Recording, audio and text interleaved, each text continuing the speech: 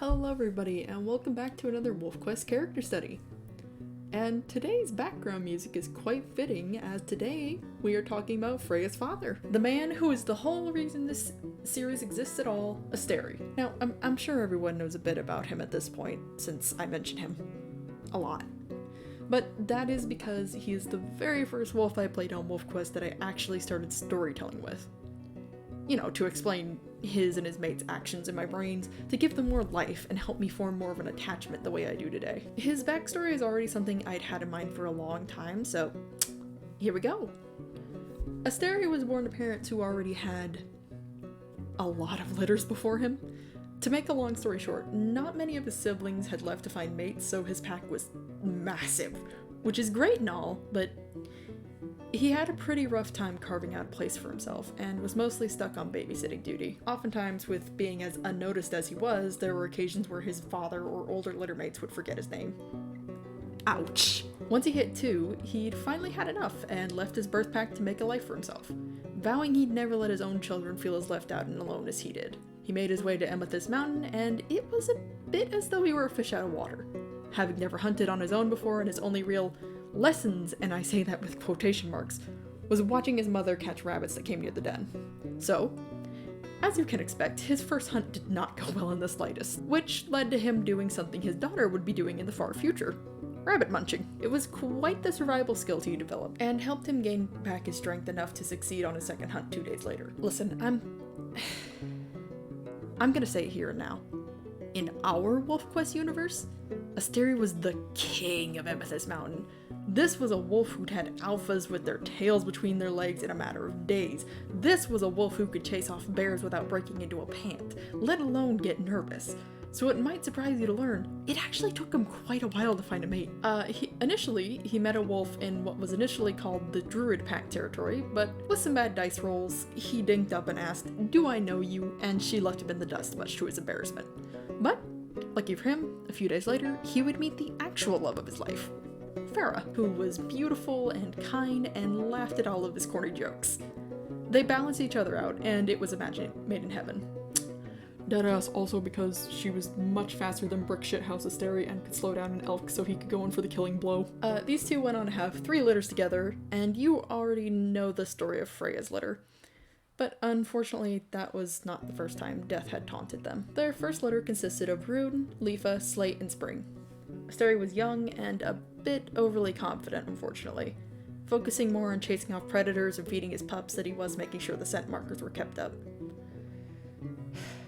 Unfortunately, after a hunt that cost him Slate, he blamed himself constantly. The journey to the summer hunting grounds that should have been full of laughter and good tidings had been soiled. The pups didn't play when they rested, and he and Farah barely spoke aside from a few comforting words. No matter how many times Farah told him it wasn't his fault, he never truly listened. He felt reluctant about having another litter when his remaining pups got older, but thinking it'd be easier this time around, he agreed to it. Surely it would go better this time, right?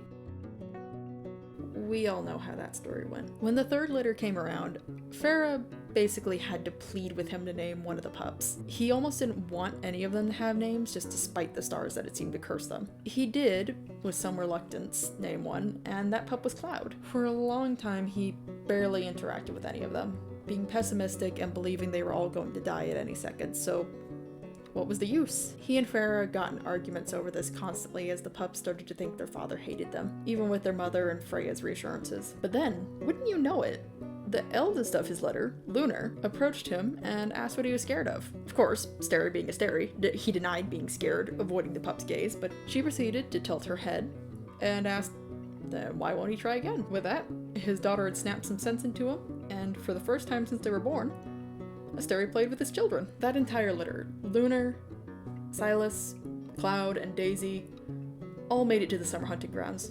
No close calls, no big fears, no death. All of them were alive and kicking at the end of the day. And that was Asteri's story. After Freya left and her younger siblings left to make their own lives as well, it wasn't long after that that he and Farah passed away together from old age. I miss him. I do.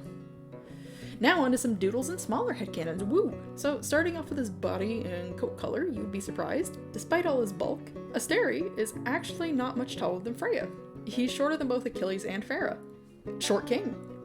He's where Freya gets her stockier build from, and he is littered with scars from years of, at first, reckless behavior, and then later on years of taking zero shit. Listen, I know I already said earlier, in our Wolfquest universe, Asteri's legend. Nobody remembers his name, only that once upon a time, many a year ago, there was a brick shithouse of a red wolf who took names and kicked ass of everything in the valley. The expression practice above him is what I like to call POV, you are a coyote. Because if there is one animal Asteri hates more than anything, it is coyotes. They haven't even wronged him, just annoy him so much that he doesn't want to put up with them.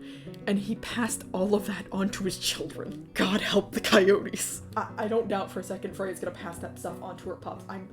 God help the coyote population. As for why the music in this video is fitting, Asteri's voice actor headcanon is actually Roger Clark, which if you've played Red Dead Redemption 2 is Arthur Morgan. I love it. I love it so goddamn much. And if I could find the time, I want to make a goofy video of Asteri with Arthur lines. And you guys also get to see a little bit of Farah here in all her tall, long-furred glory, except she is asleep. That's right. Asteri's love language is sleep. He loves to just cuddle up with his wife and kids in the warm sunshine and take big old naps.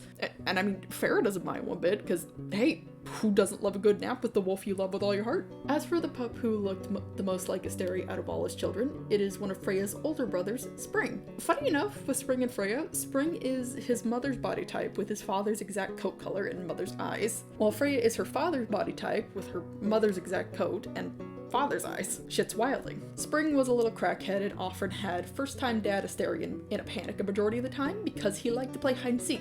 I'm not joking about that. The amount of times this boy went behind a rock and I would almost cry was incredible. But anyways, yeah, he loves his boy. I still love that boy as well, even if he's a clown to this day. The cartoony doodle is what I like to call POV. He's already having a bad day and you looked at his family the wrong way. Listen, on my mama, if the devs would have allowed it back then, Asteri would have just gone over there and killed those wolves. Like, I mean, across the river, he would have just killed them. He would have just killed them, and then they would have just went on their way, and nobody would have had to die. Except, well, I mean, those wolves would have died, but none of Freya's litter would have died. But, yeah, we're gonna move on from that. Anywho, for the final doodle, it's Asteri and little baby Freya. Asteri loves all his children. He doesn't have favorites. You're crazy. And with everything finished, that's Asteri. I hope you guys enjoyed this, and thank you so much to everyone who let me know it was in fact not my computer lagging causing the pups to go nuts. I'm still hoping to get things transferred over to my PC either way, so we don't have to deal with the lag anymore. But thank y'all for letting me know that I was not going insane in the membrane. Thank you all so much for watching. I hope you're having a wonderful evening or time of day whenever you're watching this, and good night.